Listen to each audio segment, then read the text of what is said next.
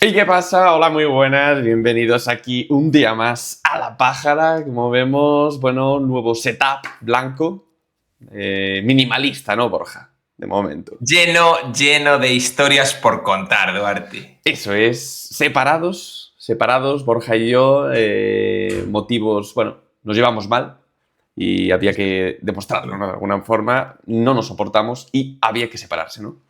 Claro, correcto. Por eso seguimos haciendo el vídeo juntos, pero separados. Para que no haya Correcto. peleas en directo que no queríamos. Ahora la mayoría de vídeos, pues bueno, debido a una mudanza, Borja, pues bueno, seguramente en la mayoría estemos separados, pero intentaremos también en alguno, Borja, volver a reencontrarnos, ¿no? Sí, que haya un bonito vídeo de un reencuentro, un abrazo en el vídeo. Por ejemplo, cuando Mikel Landa gane el Tour, apareceremos los dos. Eso es, pero bueno, esto me evoca a esa época, ¿no, Borja? De la plataforma morada, buenos tiempos. Sí. Buenos tiempos para el landismo, Duarte, y buenos tiempos para la paja. Así que a seguir con ellos. Así que, sin más dilación, pasamos a esas últimas noticias. Tenemos últimas noticias. La más relevante es que la UCI ha aprobado aumentar a 23 el número de equipos que corren una gran vuelta, una vieja reivindicación, sobre todo desde que las invitaciones apenas eran 2, porque en su momento que sí que había muchas invitaciones, ¿no? Pero últimamente solo podía haber 2, el resto eran todo o equipos del World Tour o equipos Pro Tour que por el año anterior se llevaban la invitación si ellos querían de manera automática, con lo cual desde el momento también en el que en vez de 9 ciclistas se ponían 8 por equipo, se decía, oye, pues ya que reduces a un corredor por equipo, aumenta por lo menos un equipo, Un ¿no? equipo más. Al final ha sido así y han anunciado que ya empezando este año habrá 23 equipos en las 3 grandes vueltas y el Tour ya lo ha aprovechado para anunciar directamente a sus 3 equipos invitados. Eso es, que van a ser ese 1X, el Tudor y el Total Energies, ¿no? Esos tres equipos que sabemos que van a entrar, Borja, un 1X, que la verdad está haciendo un gran comienzo de temporada, y veremos, ¿no? Veremos, pero bueno, son los 3 típicos que veremos en todas las fugas, ¿no? Del Tour de Francia. Eso es. Además, había mucha controversia, ¿no? Porque, por un lado, cuando eran 22 equipos, se decía, oye, el año pasado fue 1X y Total Energies. 1X estaba claro que era una apuesta para seguir, ¿no? Para mantenerse, para que fuera varios años invitado. Y por otro lado tenías Total Energies, que es el equipo francés que no entra por no ser World Tour, pero que sueles dar limitación, ¿no? Por ser de allí. Y por otro lado tenías el Tudor, que tiene a la Philippe, tiene a Hirschi, o sea, tiene corredores muy buenos que también al Tour le podían interesar que fueran, ¿no? Entonces, bueno, pues yo creo que esto ha empujado también a que los organizadores de las grandes vueltas presionaran más a la UCI que se haya permitido.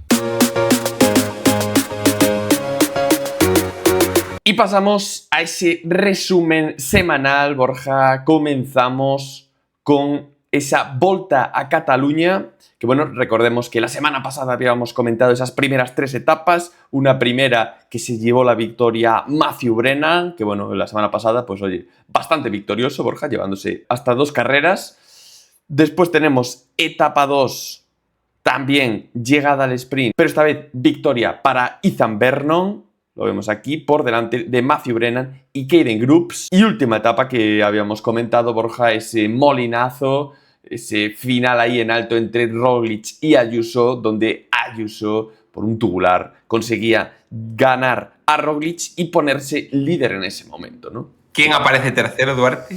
Don Mikel Landa, ahí en ese ataque, ¿no? Que venía ahí por detrás, se metió. Con explosividad. La explosividad que siempre ha destacado, ¿no? De Don Mikel Landa. Y pasábamos, Borja, a una etapa 4 con ese final en Montserrat donde, pues bueno, le dio la vuelta a la tortilla, ¿no? Roglic y se llevó esa etapa. Sí, fue un final bastante entretenido. A pie de puerto llegó, si no me equivoco, Steinhauser estaba en la fuga, llegaron con ventaja y luego desde abajo del puerto, bueno, hubo diferentes ataques y es verdad que al final Primoz y Ayuso fueron los dos más fuertes. Lo que pasó es que, bueno, un poco cerca del kilómetro final, viendo Roglic que no podía soltar a Ayuso, entonces empezaron un poco a contemporizar, a mirar para atrás y al final de ahí esa diferencia de 3 segundos, porque realmente prácticamente se pararon para el sprint final. Un sprint en el que sí que se le vio más fuerte a Roglic. Sí. Que yo creo que también estuvo más fuerte la otra vez, ¿eh?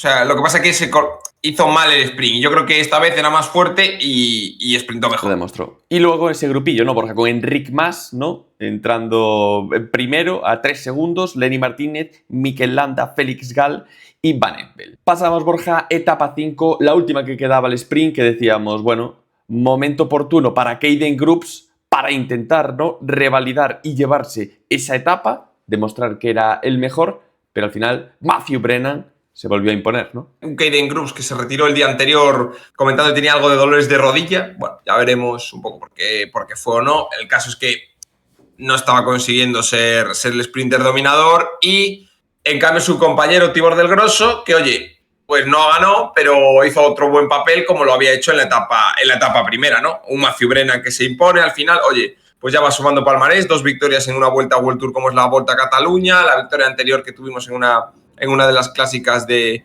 las Piedras, así que bueno, el bueno de casi te diría que la mejor noticia del Visma en lo que llevamos de temporada. Sí, no, tal cual, la mejor noticia, porque es eso. Un Van Aert que, bueno, está un poco desaparecido, Vingegaard que no dio muy buenas sensaciones, oye, un poco de luz, ¿no? En el Visma vemos aquí. Justo, pero ya digo, en un tiempo muy de oscuridad. Y pasamos, Borja, a una etapa 6, que bueno, volvemos al despropósito, ¿no? De las organizaciones, se recorta la etapa por fuertes vientos, Borja, ya... Sí, no, hombre, a ver, podría ser... En la lista de cosas ya aumentamos una más, ¿no? Sí, por cierto, que esto de fuertes vientos, que podría ser, o sea, de hecho sí que decían que hacía mucho aire arriba del Col de Pradel y tal, o sea, que puede ser posible, pero es verdad que cada vez nos encontramos con nuevas excusas. Ante esto hay que decir que en la etapa anterior también hubo un amago de recorte por fuerte viento y se veía protestar a Dos Israel, al tío al juez. Sí. Dos Israel que llevaban unas ruedas de perfil así, a ver, que claro, amigo, es que si dicen, no, es que es peligroso el viento. No, el viento es peligroso, por supuesto, pero lo que es peligroso es que con viento me lleves unas ruedas de perfil ancho. Sí. Ponte unas ruedas de perfil, si hay viento lateral, ponte unas ruedas de perfil fino. Sí, bueno, no es tan aerodinámico ya, pero no te puedes estar quejando de seguridad cuando tú estás incumpliendo la seguridad. Correcto. Pero bueno, eso, un despropósito que al final la carrera se quedó ¿en cuántos kilómetros? Finalmente, en 72 kilómetros se quedó la carrera. No, pero es que luego menos todavía. O sea, es que la primera neutralización ya mal. Ya, porque bueno, esa entendible porque había viento fuerte y tal. Entonces ya pasa a 120. Luego estuvieron 50 kilómetros neutralizados, que ahí es donde salió un vídeo de Juan P. López, creo, también de Marc Soler, puede ser, de los dos diciendo, oye, si seguimos así, llegamos a las 10 de la noche. Claro. Y luego entonces con eso, como también, claro, protestaron porque llegaban tarde, que digo, ya claro, con todo el espectáculo que habéis montado de neutralizar, de todo tal, que iban a dar 2 vueltas al circuito como para hacerlo un poco más tal y dieron una solo, que eso lo dijo Juan Ayuso. Sí. O sea, que no es solo el tema... O sea, ya recorta... Es lo que pasa siempre. Recortas la etapa por un tema seguramente peligroso de viento, pero ya el ciclista, ya como recortas la etapa, ya dice, pues ya esta etapa ya puedo boicotearla. Sí. Un despropósito que, bueno, al final pues quedó en una etapa de Chichinabo. Se la llevó Quinn Simmons, Borja, por delante de Pavel Bittner. Corbin Strong, que al final fue relegado a la 26ª posición, quedando tercero Anders Foldager del Jayco Alula. Y todo esto decir que además los tiempos se tomaron 5 kilómetros antes de la meta, o sea, un despropósito. O sea, no, yo no entiendo. Cada vez se ven más etapas canceladas y sobre todo eso, que encima cancelas parte de la etapa por fuertes vientos, bueno, había una alerta de viento, tal.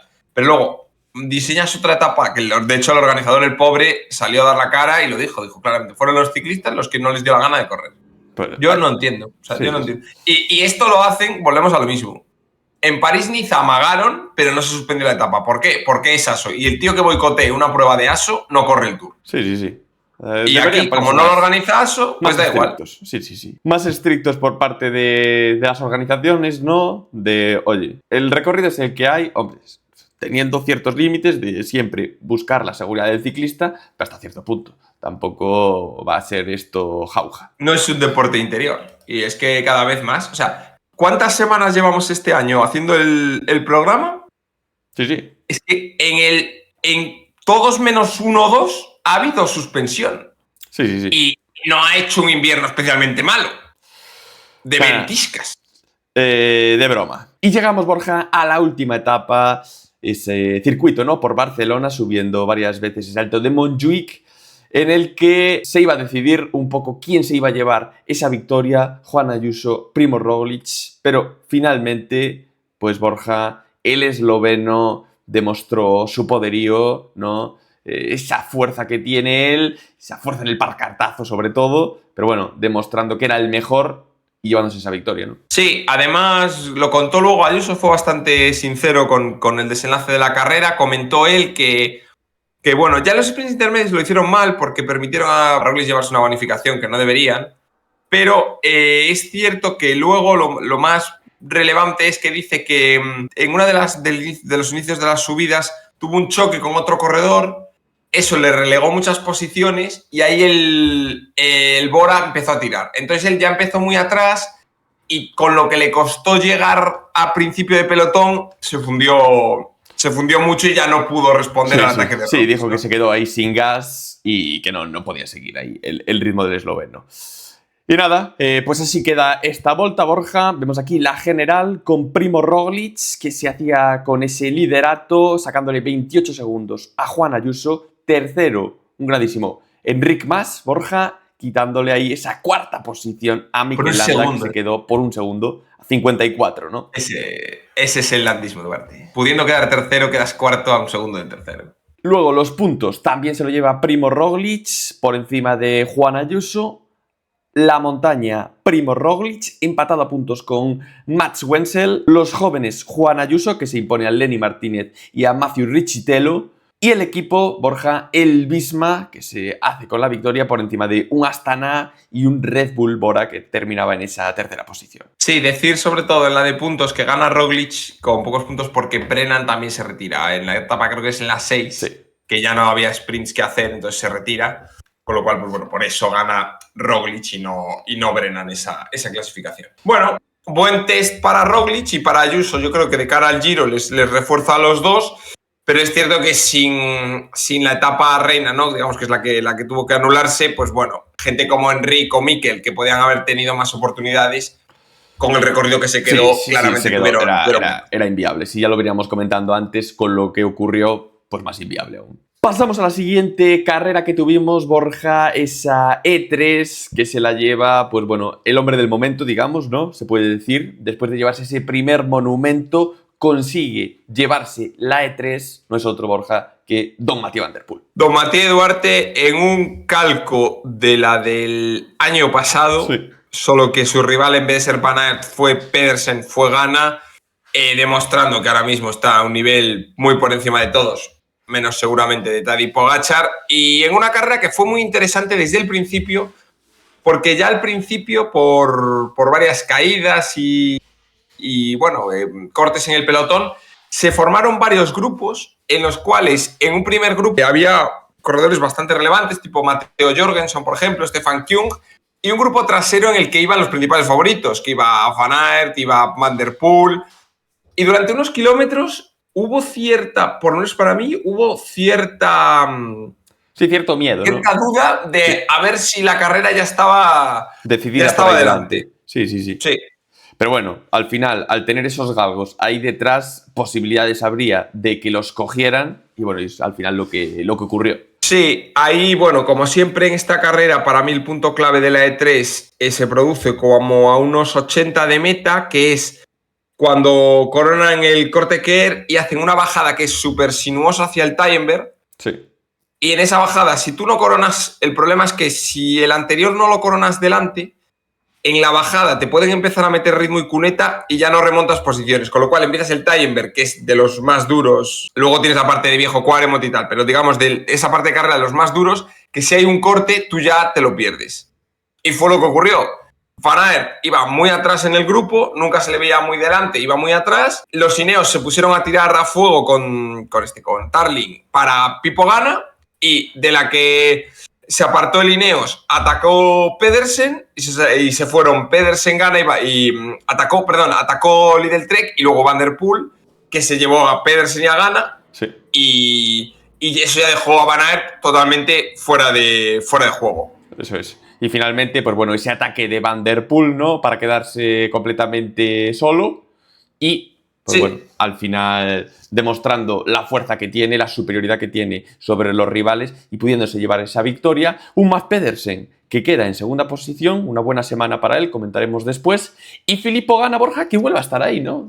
Buenas sensaciones, ¿no? Del italiano. Sí, mismas sensaciones que en San Remo, tenía un punto menos que Mats y que Mathieu, pero supo sufrir. Durante bastante tiempo estuvo cerca de coger a Pedersen, pero por eso digo que un poco fue el escenario como el del año pasado, porque sí que lo que ves es que, a pesar del llano final, que dirías, ahí gente como Pedersen o Ganna podrían incluso recortar la Van der Poel. Pero claro, gastaste tanto en estar cerca en el viejo Quaremont, en el Tigenberg, no te que llegas tostadísimo. Y entonces, porque de hecho Van der Poel estuvieron mucho tiempo con Van der Poel, luego Pedersen a 15 segundos, 20, y Ganna otros 20. Pero claro, el ir ahí al final te tuesta y hace que Van der Poel ganara de sobra, ¿no? Con 1 minuto al final sobre Pedersen y 2 sobre Ganna.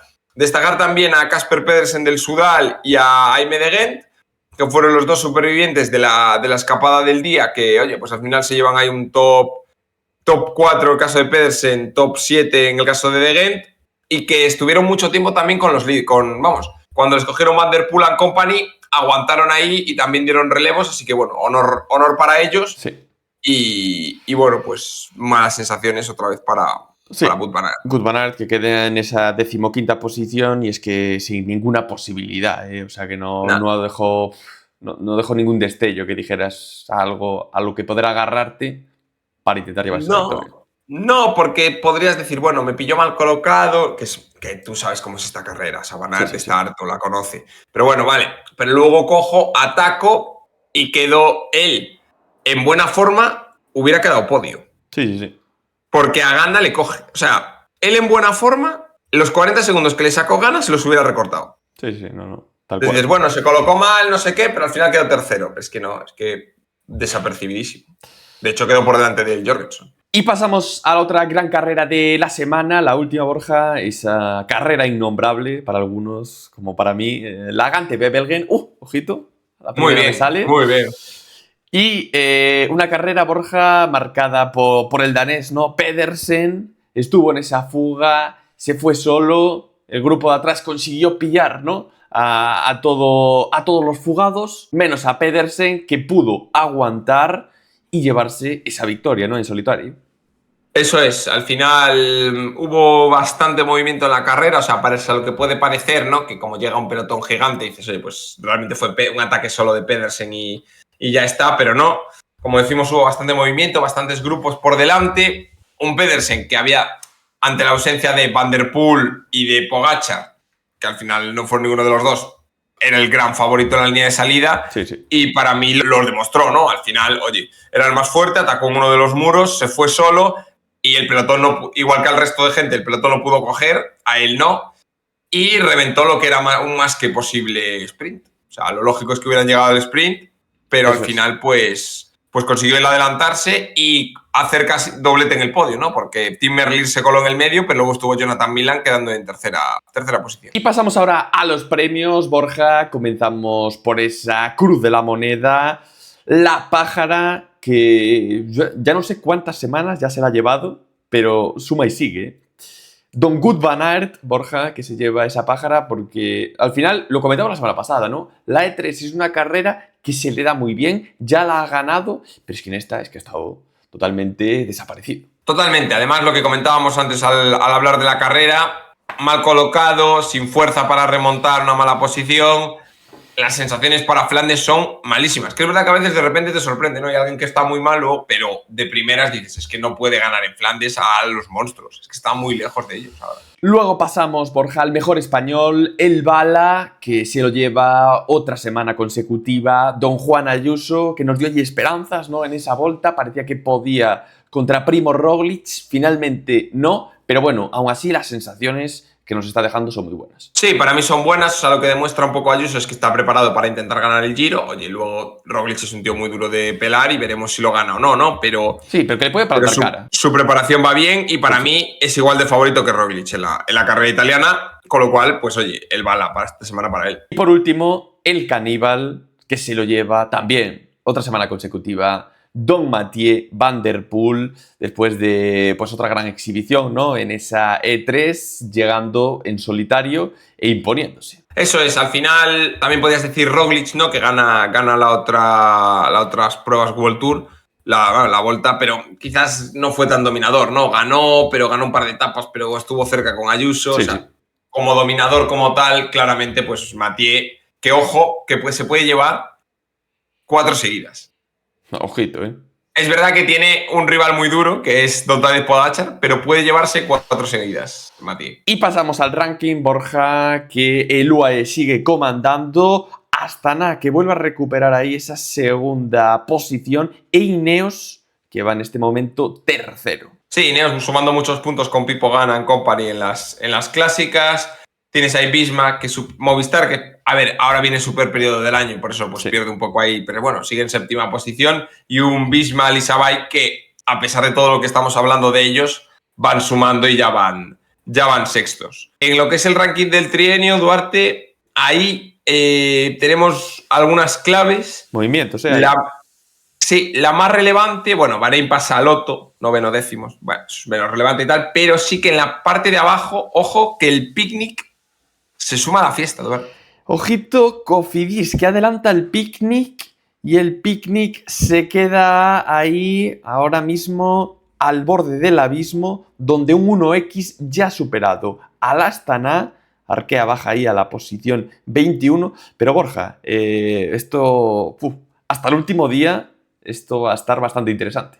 Ojo, porque 1X y Astana no paran de sumar puntos. Ahora mismo están a 2.000 puntos de Cofidis y de Team Picnic. Y es que podríamos ver un escenario en el que tanto 1X como Astana se pasen a World Tour y Cofidis y Picnic desciendan los dos. Sí, podría ser, ¿eh? Es posible. Sí. Y Picnic, Bardet está lesionado y se retira después de Dauphiné. O sea, no le ves. No le ves gente que haga puntos, ¿eh? Y pasamos a las próximas carreras, Borja. Comenzamos, si te parece, con A través de Flandes. Tenemos aquí, Borja, 184 kilómetros y esos 11 tramos, ¿no?, que tenemos. Eso es, Duarte. Es la última de las carreras que sirven de preparación para el Tour de Flandes. Es bastante menos dura que la Omloop o que la E3, porque sí que tiene tramos duros, pero quizás son más a mediados de carrera, con el Nocteberg, Hotton, que esos son como la colina seguida. Luego tienes el Bertenhoute, pero sí que es verdad que al final, digamos que tienes la subida a Nokere, que la pasa también la Nokere Course, pero que no es tan relevante. Y bueno, esta carrera depende mucho siempre de la participación, porque hay años que sí que coincide que van tops, que luego van a Flandes, y otros años que quizás esos descansan después de haber hecho E3 gigante y se van directos a Flandes, ¿no? Entonces, bueno, es una carrera que a veces, o sea, tienen su...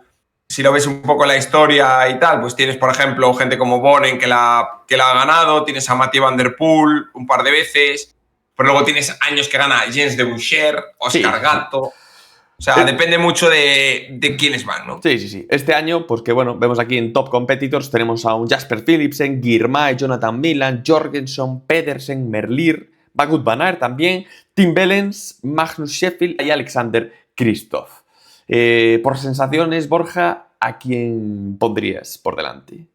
Pedersen está fino, ¿no? Pedersen veremos si se confirma que va. La verdad que sí va muy loco, ¿eh? Porque ha ido a todas. Sí. Va a acabar reventado. Yo no sé, si fuera él no iría. Pero bueno, también por otro lado dices, Tour de Flandes no lo gano porque me va a ganar cualquiera de estos Van Der Poel o Pogačar. Sí. Si gano aquí, pues es otra que me llevo, ¿no? Para mí de estos corredores, quitando, Pedersen máximo favorito, pero en caso de que no, yo te diría incluso Jorgensen para repetir la victoria del año pasado, porque sí que creo que Philipsen, por ejemplo, le hemos visto todavía tocado. O sea, yo a Philipsen le veo a la baja, y Merlier, Milan o Girmay, si tú das caña en las subidas... Se quedan, sí. Se quedan. O sea, que para mí... Y luego Wout van Aert, favorito... que siempre es una incógnita, ¿no? Pues si está a lo mejor bien, pues te puede ganar, ¿no?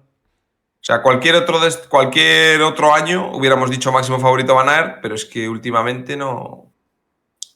Que no, ¿sabes? Lo que hemos hablado, que no, que es que no dan nada de buenas sensaciones. O sea, luego puede llegar y ganar, pero las sensaciones que ha dado hasta ahora son de quedar detrás, vamos, sin duda. Gran Premio Miguel Indurain Duarte, una carrera mítica española, ¿no? Que precede a la Itzulia, que empezará la semana que viene. La Itzulia, ya sabéis, siempre en la semana entre Flandes y Roubaix. Y una prueba que ha tenido muchos ilustres ganadores, ¿no? Es una prueba que acaba así con una bajada muy, muy sinuosa y rápida y que hace que, bueno, corredores con punch pues sean los que ganen. Y hemos visto que ganar a Samu Sánchez, a Valverde, lo menos en 3, yo creo. Valverde tiene 3 victorias aquí, John Izaguirre, Warren Barguil. Y el año pasado que el podio fue Brandon McNulty, Maxim Van Gils y Oscar Only. O sea que, bueno, siempre van corredores buenos. Normalmente gente que va a la Itzulia es la que participa en la carrera. Y ya digo, suele ser una carrera que, como es el fin de semana de Flandes, se queda un poco como así tapada, pero es una carrera interesante y que siempre merece la pena ver. Qué bueno que la Starlist, como comentas, ¿no, Borja? De momento aún no está muy definida, en el momento que estamos grabando aquí el vídeo. Por ahora ponen ahí un Mark Hirschi, Aramburu, Roger Adrià, Mauro Smith, Thibaut Nice, Fisher Black, Daniel Felipe Martínez, Ben Healy. Si va esta gente, yo me la juego con Ness, con Thibaut Nice. ¿Con Thibaut Nice? Sí, a ver si va. Si efectivamente se confirma y, vamos, en el calendario suyo está y acaba yendo, yo me la juego con él. A ver qué pasa. Yo con Ben Healy. Ben Healy, muy bien. Sí, son corredores, o sea, el tipo de perfil, si lo pones por ahí, se ve claramente. O sea, son, al principio no, pero luego se hacen vueltas a un pequeño circuito en el cual pues tienes diferentes subidas que son no muy importantes, ¿no? Pero pues, por ejemplo, al final, pues Alto de Herao, 4 kilómetros al 5, o sea, que hace que ese tipo de corredores rapidillos, que tienen buen arranque, pues sean los principales favoritos. Y por último, Borja, tenemos segundo monumento del año, ese Tour de Flandes, que bueno, comentaremos, como hicimos, igual que con Milán-San Remo, en un vídeo aparte. Haremos un vídeo especial comentando ahí la historia de esta carrera, últimos vencedores y, bueno, un poco el recorrido y esa Starlist. Pero para tener en cuenta también, Borja, este carrerón, ¿no? Eso es, Duarte. La primera gran... Bueno, ya ha habido muchas citas, ¿no? Pero la primera gran cita de las piedras. El segundo capítulo lo tendremos el domingo de Ramos en la París-Roubaix. Carrerón, además en el que vamos a tener a Pogačar, a Van der Poel, a Pedersen. Yo incluso esos corredores en el mano a mano. Es verdad que como es una carrera dura es difícil, pero yo creo que esos corredores tienen fuerza suficiente como para intentar algún movimiento diferente y presionar a las dos grandes bestias. Y lo mejor de este año es que el superduelo entre los dos va a tener una segunda parte. Pues nada, hasta aquí este vídeo semanal en el que, bueno, como os hemos comentado, tendréis ese otro comentando el Tour de Flandes. Y bueno, veremos a ver qué es lo que nos deparará esta semana, que, oye, tiene grandes carreras, ¿no, Borja? Pues sí, Duarte, una semana muy interesante. Tenemos el final del pavé, tenemos ahí a través de Flandes, tenemos Tour de Flandes y nos sirve también como colofón el Tour de Flandes para luego coger más fuerza en la siguiente y ver Itzulia y la París-Roubaix. O sea que se vienen 10 días impresionantes de ciclismo y nada, como siempre decimos, y aunque a las piedras no vaya, el andismo sigue vivo.